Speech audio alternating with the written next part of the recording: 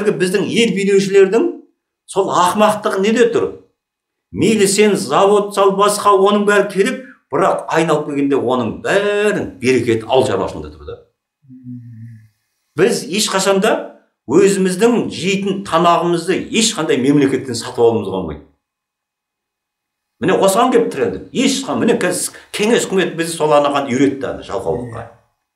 Алып келді, ана жақтан Армениядан анауысы келіп жатыр, Өзбекстаннан 100 мың теңге келіп жатыр, осындай соғысын келіп қалғаны түк жұмыс істемейтін қазаққа айналды да. Ана сенің балшының өзіне дейін апарып беріп жатыр кәдімгі. Енді осының бәрін сол кезде сол сөйтіп нәсіліміздің аздырып алдық, жеңілдетіп. Енді қазір осының бәрін өзіңнің сол қолыңмен істеуің керек.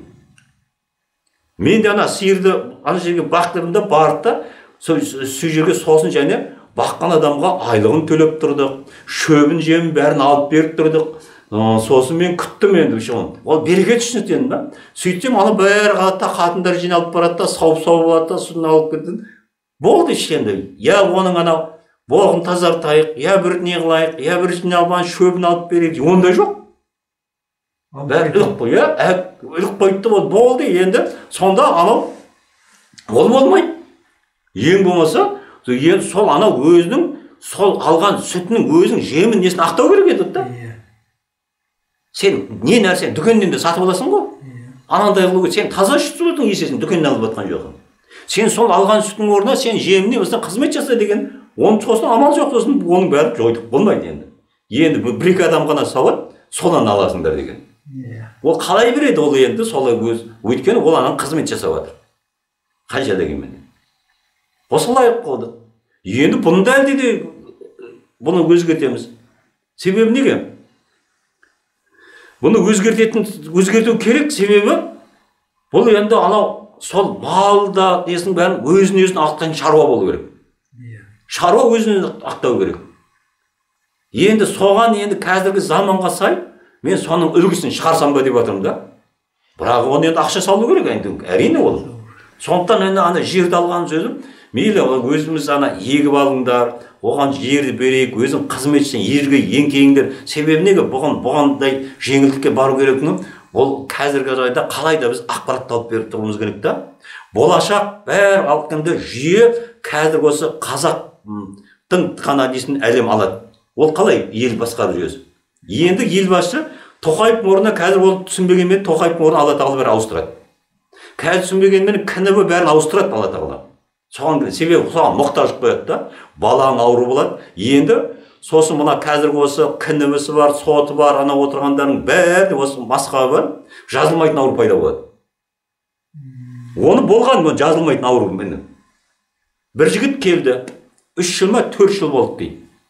Басым ауырды дейді да, басым ауырады да жүреді дейді. Не істерімді дейді, бармаған ем шыға алмады дейді. Ол дәрігердің бәрі ол қойды дейді. Ол енді белгілі уақыттарда ауырады дейді, ол зың дейді да жүреді дейді да. Сосын енді дейді, кейіннен дейді, маған біреулер айтты дейді, соны коньяк іш деп айтты дейді да. Сонан шын дейді, коньяк алып қойым дейді, қымбат. Аны кішкентай ғана өні көп ішпеймін дейді. Қасым ауыра бастағанда коньяк ішсем қояды дейді солай. Қатты ауырмайды дейді. Сонымен көріп жүрмін дейді да енді. Бірыңғай коньякқа шыққан ғой енді.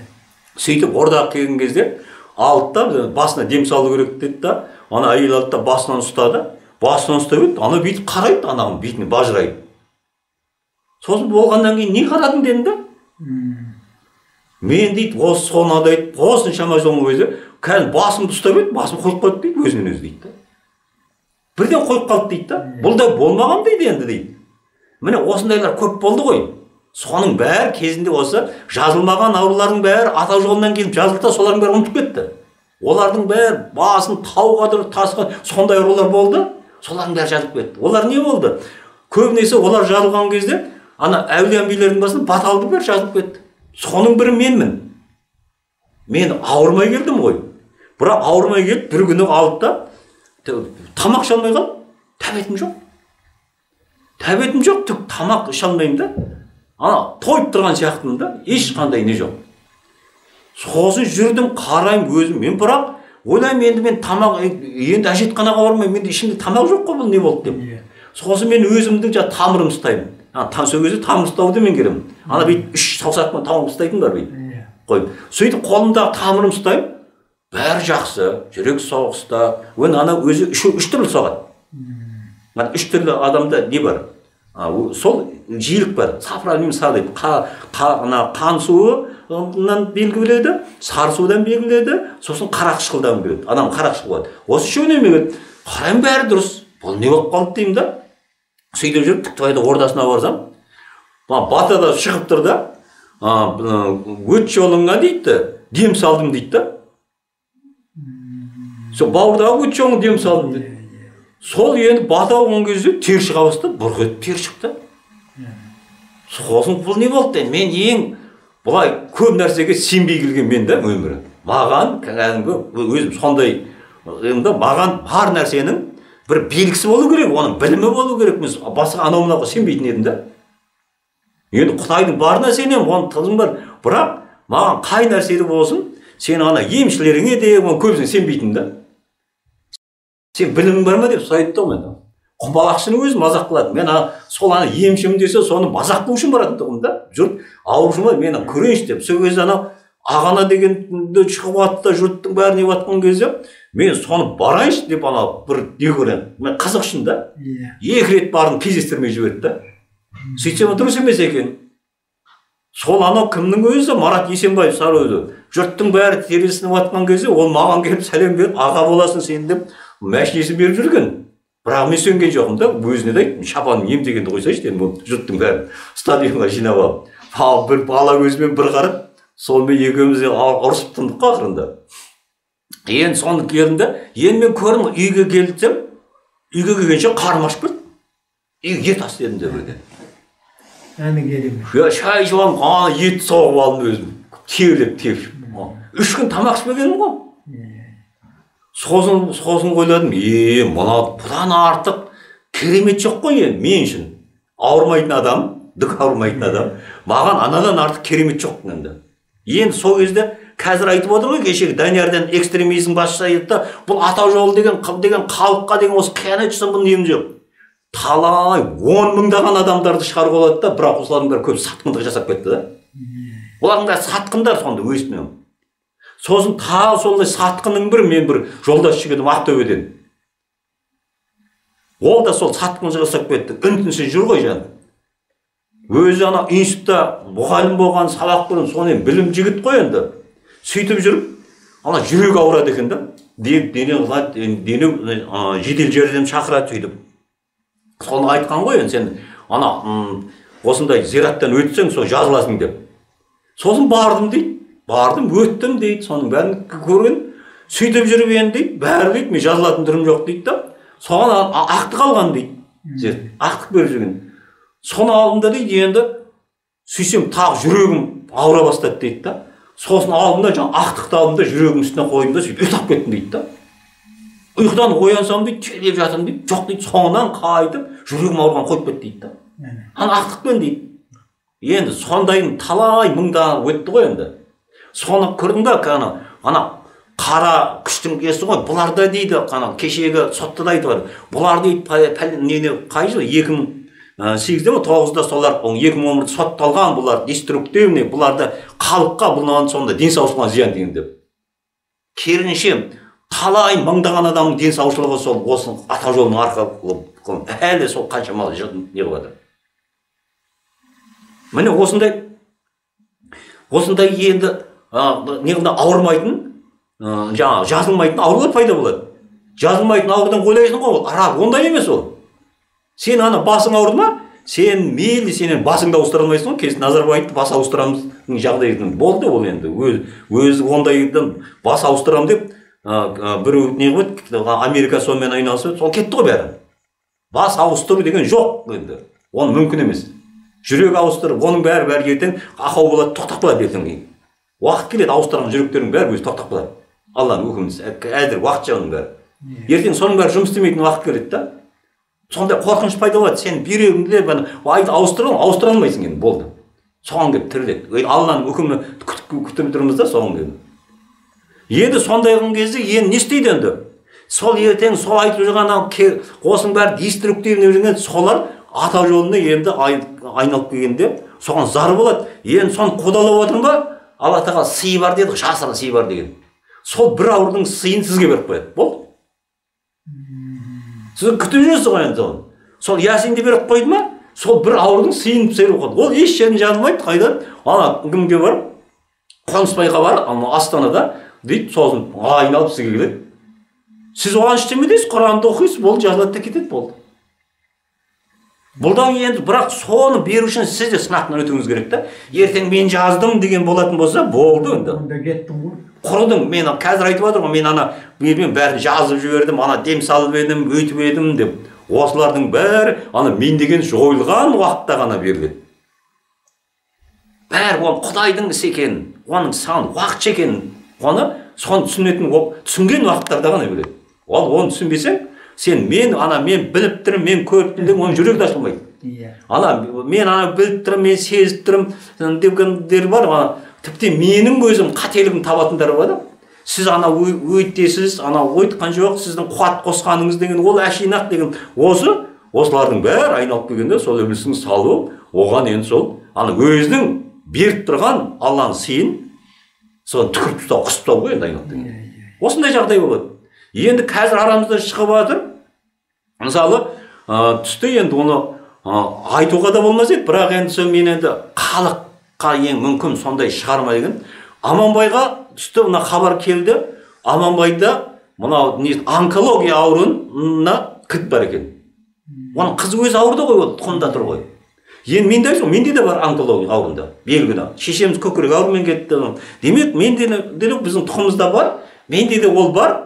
Бірақ оның белгісі бар болғанда, белгісі бар. Бірақ оны Алла тағала қалай бере ме, бермей ме, ол Құдайдың шаруасы да, кімге береді. Сондықтан мен оны барып, ертең осындай өтіп, мен онкология жазамын деген ол болмайды. Қателесуім мүмкін ғой мен сәл нәрсемен. Мен түсінбей қалдым, берген аян түсінбей, мен соны орындамай қоюым мүмкін ғой. Бәрі болуы мүмкін да. Сондықтан ол енді бірақ айналып келгенде ертең ақыретке барған кезде сый болады да. Ол жоғалмайды бәрі. Себебі қамшымен онкологиядан жазылғандар болды. Өтті. Осындай біздің алдымыздан, мысалы менің алдымдан өткенде сол онкологиядан жазылғандар болды. Жазылған ол Алла сол аруақ солай емделді ғой. Енді сол енді қарап отыр қазіргі мына Россияның мен білем бір онкология көп ауырып жатыр. Ауырған. Сола неде Америкада мынандай бар екен. 2 миллион ақша төлейсің. Сосын қолхат бересің. Егер мынадан өліп кетсе, мен неғын деп 2 миллион ақша төлейсің да, сіздің бүкіл денеңіздің бәрін аппаратты қойып қояды да 45 градусқа дейін қыздырады екен сізді. Суменен. 45 градус деген енді ол деген өте жоғары нәрсе ғой. Сөйтеді де, сөйтіп қайттан суытады екен. Денеңіздегі бәріне аналар жанып кетеді дейді да. Бірақ оның көп болса 2 жыл. Сондай салдырады, блокада салдырады. Сосын тағы сондай, сол миллиондап ақша төлеп блокада салдырады. Сондай. Ол Америкада. Сосын не дейді, мынау қазір алтын жіп салады. Алтын отаменен денедегі алтын талшықтар. Осыны байлар істейді. Олар деген енді миллиондаған доллар ақша тұрады. Қазір массонды біз сөйді. Олардың бәрі ертең ақша. Енді қараңыз енді. Ал енді қазақ халқында ертең өз талай сол Аманбайлар, Қонысбайлар шығады да. Әлем қазаққа тартылады кім? Міне сонда тұр. Кілтті бізге беріп қояды. Сондықтан енді ол деген сөз, ол сізге ол миллион сіз не қойыз, ол ертең сіз кері өзіңе қалған қосын бәрін ол қаржатты деген үкіметке санады, ол халықтың игілігіне. Ертең осыған келіп тірелді. Енді ақпаратты осыған келіп тірелді. Ертең кінімінің өзі, мысалы, осы кініміде отырған ақмақтар өзін еген, көріп отыр ғой енді, орыстың елерін, көріпкелдерін қалай несін. Кінімі көріпкелсіз кінімі емес. Баяғы заманнан солай қалыптан көріпкелсіз кінімі. Назарбаевтың өзінің 6 адамы бар, көріпкелі бар. Емшісі. 6 адамы бар, я. Мен өзі хабар келді, ол мүмкін олан да көп шығар. Жеке бекіт қойды. Онсыз ешқандай Тоқаев та соған сүйеніп отыр. Ал енді қазір біз оны ақша сұрап отырмыз, айлық сұрап отқан жоқпыз олардан. Енді солар қазіргі сондай сараптау, мысалы КНБ-де болсын, мейлі қай ағиматта болсын, осындай Құдайдың хабарын сараптайтын бөлімдер не алатын болса, болды ғой, сонымен жұмыс істейді. Міне, бүкіл игілік те, бүкіл жақсылық та қазақ елінде болады да. Енді қазір айтты ғой, әр мешіттерде жылу жинап жатыр дейді. Сол мешіттерде қанша 4000-дай мешіт бар екен, сол мешіттерге тапсырма берген кезде, сол мешіттердің өзінің жамағатынан барлық мешіттерде құрбандық ірі қара шалынған кезде, дәл мынандай болмас еді да. Мынандай болмас еді. Мынандай қаншама үйсіз қалып жатыр. Қаншама ана үйлерің бәрі жоғалып. Енді сол сенің суалғаның үйің өз жарамсыз болып қалып жатыр. Қазір мына отырған қоянды да ана дронменен қараған екен, арал сияқты мына көлшік тұр ортасында дейді, ой жерде су тұр дейді. Енді оны сен енді қанша үйлердің арық қаз, басқа қаз шығармайсың енді. Ертең жаңбыр жауса ол сол тұр. А сонда ол қояндының қазақтары, мына Қытайдың қазақтарын көрсе кезде сол мешіт солар қарсы болды ғой. Кешегі сол қояндының сол Қытайдан келген өзінің бауырларымыз ғой, біздің мұны асыл дініміз, бұлар аруаққа табынып, біздің асыл дінімізді құртты. Біз 4 жыл болды осылармен соғысып жатырмызға деген тұр ғой, менде тұр. Ертең тағы да шығарылам оны. Шығаруға болады тағы да қайттан. Бұның бәріне енді осылардың бәрін енді тәубе келу керек қой, тәубе кел, сен айтпай-ақ қой, жарайды. Сен ол енді Құдайды мойындағаның менікі дұрыс емес дегенің ол қиын болар, саған ұят жар оның бәрін. Оған сенің ол жалғандамысың бар. Бірақ садақа, тасаттық деген тұрғысында 1000 теңгеден берсең түк болмайды ғой, соны атқаратын адам атқарады өздері. Болады ғой. Сосын біреулер айтты, біз енді оны су басып кетті, қалай құрбандық шаламыз депті да.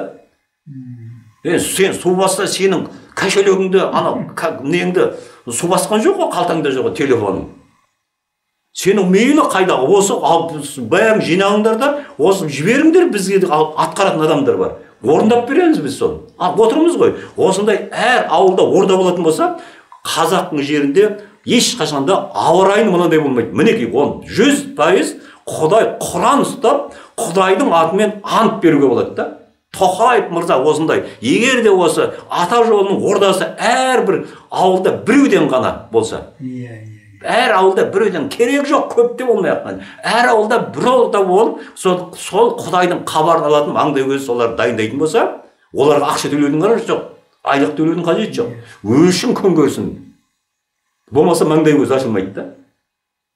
Міне осыны жасауға болады ғой. Бірақ оны істемейді. Істемейді, себебі неге? Оны істеткізбейді.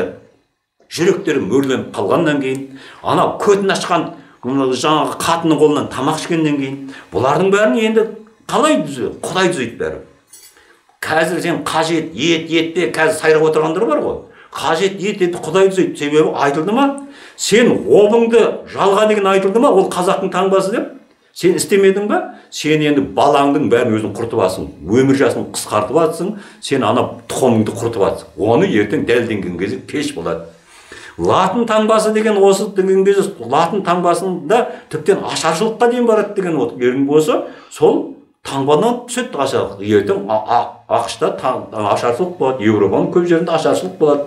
Тіптен түріктердің өзінде де ашаршылық болады. Түркияның өзінде. Ашаршылыққа келді. Оның бәрі Алла тағала соны мәжбүрлейді. Сен ертең осыны мазақ қылып отырдың ба, бізде Кириллица деген орысты деген, орыстың өзі сол бізге жалынып, соған мұқтаж болады. Кер жазбасын ертең кітаптар ашылған кезде, сонда кім ма? Сонда ертең Тоқаев пен Назарбаевты жұрт айтады. Сол ертең бәрі сен өзің тығылып қалдың ба, қазір тым білмегендей болдың ба? Бәрі сен оның бәрі көлеңкеңе жазылып қойды, соны амал жоқ, сен қорытуыңа тура келеді. Бұны Құдайдан ешқандай нәрсе жасырын болмайды. Мүмкін емес, сен тозаңдай нәрсенің өзі, сен іс-әрекетін жазып қой. Сіз қазір ұмытып қалдыңыз да, сосын айтып отырсыз, мен енді бәрін жақсы көремін деп. Сіздің қазіргі осы 2 жыл болды келген уақытта. Соның өзінде соңғы жарты жыл ғана сіздің бір қалып қалды. Жарты жыл ғана. Енді сол енді есептеңіз, сіздің қалған өміріңіздегі қанша оның бәрі ұмытылып қалды ғой. Талай адам боқтадың, талай адам деген көп қой, болды ғой.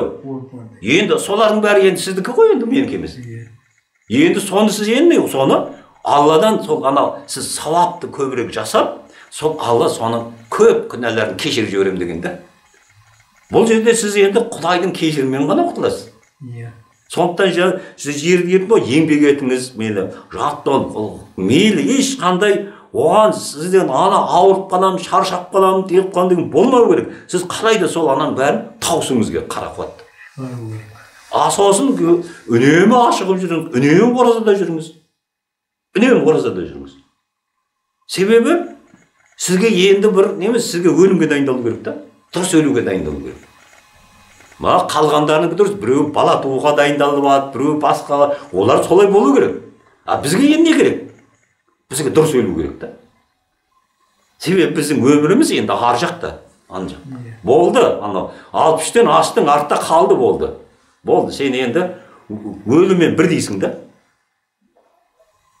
Солай өмір сүру керек. Міне осыған қазір қажет етсін, етпесін, бәріміз осыған келіп, егер де осындай билік осындай ерегісіп, тағы деструктивный болар deyілген ба, сол отырған сол байғұстан отырған сол мен дін маманы деп өткен осыларға обал болды да бір жағынан. Соларға обал. Сол экстремизм кеше келіп жүрген біздердің осыларға обал болды. Енді қазір қарап отырсаң осы әбден неге айдалып кеткендер көп та сол әлі баяғы түртіп осылар деп жаңағы нелер жазып отыр да, олар білмейді. Аллаға үкім түскен кезде ол болды, кеш болады да. Солар өздерінің ұрпақтарын өзін жеп отқанын білмейді да. Бірақ енді бізге айту, біздің міндетіміз, ол айтуды тегін беріп, тегін тарат дейді. Бұған енді осылай 3 жыл арпасы болды да, талай енді миллиондаған өмірден өтеді. Ол 100 мың деген бір жағы.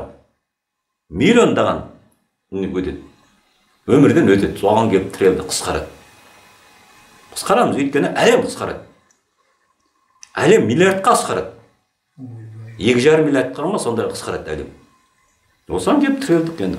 Қажет етпе, ол Алланың үкімі. Бірақ енді осыдан қазақта ғана тұр да. Себебі бізде не тұр? Бізде сол наматтық нәсіл тұр. Енді бұл жерде тұрған қазіргі осы сынақ болып тұр. Қытай қазақтарында бұларда бұрынғы ата-бабалары ақ нәсілдік болған, сонан пайда болған. Сол наматтық нәсілдің олардың белгілері осы сақталған Қытай қазақтарында. Енді сол негізі көбісі қара нәсілге жалғанып кеткен.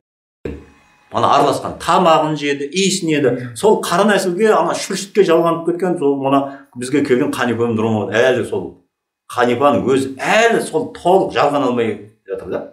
Себебі ол оңай емес екен. Енді керісінше біздер орыс наматтық нәсіл берген көбісі орыстанып кеткен. Бірақ орыстық нәсіл, ол көк нәсіл ең жақыны, аққа жақын, осы көк нәсіл орыс. Осы орыс, еврей тұрғандардың, осы олар ең жақыны. Енді ол украиндықтар қашықтап кетті. Украиндықтар сонан кейін соғыс болады. Олар Европаға жалғанды, бұрынғы негелді ол төменге түсіп кетті. Сонан кейін оларды көгілдірдің де көп не болды. Енді осыдан кейін, мысалы, біздерде енді сол көк нәсілдік сақталғаннан кейін қазір біздің сол көбіміз көк нәсілдікпен тұрмыз, бәріміз орыстанып кеткеніміз, яғни ішіміз орыс, қазақтың қазіргі 70-80% іші орыс. Сосын енді бұлар, енді көбісі осыны ата дәстүрін ұстамағандардың бәрі енді біздің өзіміздің жеріміздегі қара нәсілге жалғанып, ол қара нәсілдер кешегі өткен жоңғар қалмақтар, таяқтар. Қазір көбісі сол жоңғар сияқты, ызақор, кекшіл, бір соғынан неғылды ма, ол бітті ұмытпайды, сен соны қалмайды, пікір жазып отқандар. Міне осылар жоңғарлар. Сол ызақорлық, кекшіліктің құрды олар. Сол жоңғар нәсілдер қазір қатында, еркегінде көбісі жоңғар нәсілінен. Әсіресе сол жоңғар нәсіліне азаптауға неге құмар, осы милициялардың бәрі соған айналып кеткен. Кешегі түрмеден азаптады осыны өткен, осылар жоңғарлар. Осылар қалмақтар. Бұлар Қытай емес, бұлар жоңғарлар. Ал енді Қытай қазақтарында олар нағыз Қытайларда тұр болды. Осы енді осыдан будандастыру керек. Яғни біздегі сол көк нәсілдік орыстанып кеткен солардың еркектерге мына сол Қытай қазақтарынан ілу керек та анау. Сонда тез жалғанады. Сонда онда да Қытай қазақтың анау бұрынғы мына қытайланбаған. Ол қазір Алтай, Тарбағатан бұл қуыстарына әлі тұр ғой бұл. Қытаймен етене араласпаған. Ал енді мына ол Қытаймен араласып кеткен, қазір ол не өткен, Қытайша сөйлеп кеткен, олар қауіпті, оған болмайды. Олар қиын. Ол үшін ол жаңағы еркектің тақуалығы ең жоғары дәрежеде болу керек та. Олар тек қана наматтық нәсілдермен ғана байланысқан не қылады. Басқа жол жоқ. Ана орыстық нәсілге дейлатын болса, көбіне ол төмен тартып кетеді. Қаншадан қуатты. Енді керісінше оларда бұрынғы сол ізін сақтағандар бар, қазақтың сақтаған. Қазір қарасаң, сол ана өнермен айналысып жатқан еркектер, соған біздің ана орыстанып кеткен қыздарымызды қосу керек та. Міне солай біз осы қазақтық нәсілін құтқарудың амал осында тұр. Міне осында ғана тұр. Ал енді Моңғолдағы қазақтар, Моңғолың дегенде ол Қытайдың бір тайпасы ғой. Енді Моңғол деген бірақ Қытайларғандан жоңғар қалмақ сияқты. Ұқсас. Ол да бәрі қаранысын. Міне осы, бұл да енді, оның бәрін, бірақ енді біз енді білім тұрғыда емес, оның бәрін енді әр қайсының өзінің аян түске жылға айналып келгенде сол әруағын көтеру арқылы, жеті арқылы. Жеті арқылы ғана атқарылады. Басқа жол жоқ. Міне қазір осыны тірелдік, бірақ әлем келіп, әлемге қазақ, әлемді басқарады дейтін себебім сол біздің наматтар, маңдай көз ашылғандар, солар сол кеңесші болады әлемге. Яғни кез келген салада Құдай бұған не дейді дегенде осыған мұқтаж болады. Құдайдың хабарына әлем мұқтаж болады. Бірақ енді сол әлем мұқтаж осы кезде мысалы Тоқаев айтуына болар еді да. Оп-оңай. Бізге хабар келіп жатыр. Ақшта мынандай ашық болған. Яғни айтқан кезде ол былай сыпайлап тұр, былай айтуға болады да. Исламдың деген бірлігі бізде ғана тұр. Исламды қазақ қана құрады. Исламның бірлігі деген соған ішіне бүкіл әлемдегі бар діндерді кіреді, соның бар тазасы кіреді, соның ислам бірлігі де. Соның есі қазақта ғана бізде де тұр. Сондықтан біз мазһабтан бас тартамыз. Мазһабпен оны тура жол деуден ондан бас тартамыз дейтін болса, мазһабты біз құтырамыз, арабтарды біз құтқарамыз дегенде ашықтан ашық соны айдына болар еді. Себебі оған жеткілікті бізде оның білімі де бар, дерегі де бар, оның амалы да тұр. Міне осылай сонда қазіргі соны пайдаланып отыр. Бұл ана исламнан шығып жатыр, терроризм деген қорқынышты кіргізіп жатқан кеше орыста болып жатқан жағдай. Ол айналып келген кезде осы ана ислам деген күдік сал, ислам деген ол мазһаб деген көрдің ме? Бәрі айналып мазһабтан шығып отыр мейлі. Солардың сол анау деп жүргендер сол мазһабпен намаз оқитындар. Мейлі тәжігі болсын, өзбегі бәрі мазһабпен намаз оқиды. Ол намаз оқу мазһабпен емес, ол жоғарыдан амал қылу керек. Ол қандай амал болу керек? Ол сахабалар жолын ұстану керек. Яғни шариғатты ұстану керек.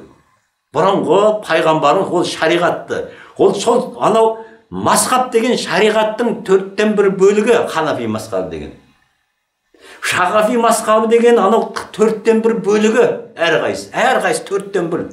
Сөйтіп шариғат 4-ке бөліп қойған, 4 ақыл 4-еуінде тұр. 4-еуінің басын қосатын қазақта ғана тұр да. Сондықтан қазіргі не реформа жасау керек. Бұл айтқаны ол қудалау керек жоқ. Сендер ана ханафи мазһабы, ол ханафи намаздың үлгісін ханафи мазһабынан алып оқимыз деген болу керек та. Жалпы біз сахабалар жолын ұстанушымыз. Тоң келу керек. Міне біз шариғатта шақауан, ал енді сен тарихатты, мағрифатты ұстанасың, ұстанбайсың ба? Ол әркімнің өз еркі, оған ешкім зорлау керек жоқ. Сен шариғатыңмен жүре бер. Бірақ ол шариғат қазақтың дәстүрі. Әдет ғұрып салт дәстүрі болу керек. Біздің шариғатымыз әдет ғұрып салттың 4-еуден тұрады. Міне көрдіңіз ба? Барыңыз. Соның бәрі енді ол әдет ғұрып салт дәстүрімен сен енді болды мен тарихатқа, мағрифаттың кірінде оның бәрі ақымақтық амалмен кіреді. Жолға шығып. Осы 4-еуі біздің шариғатымыз. Әдет, ғұрып, салт, дәстүр. Енді сондықтан да сен шариғатпен өмір сүре бер. Ал сен енді мен ханафи мазхабын десең, сенің онда сен анау мүмкін салтын аласың да, дәстүрің кірмейді бәрібір. Я болса сен әдетін аласың, әдетті аласың, салтты аласың да, сен ғұрпың, дәстүрің кірмей қалады оған. Ханафиға кірмейді ғұрып, ғұрып та кірмей тұр қазір, дәстүр де кірмей тұр. Әдеті бар, ұқсас әдеттеріміз. Онда да түркілік әдет бөлек қой. Әдеттерім ұқсас, сосын салтымыз ұқсас, бәрі. Міне осыны, бірақ енді бұны мен жалпы айтып отырмын да, оны түсінетіндердің өзі 2 жылдан кейін түсінемін, ол белгісіз нәрсе болды.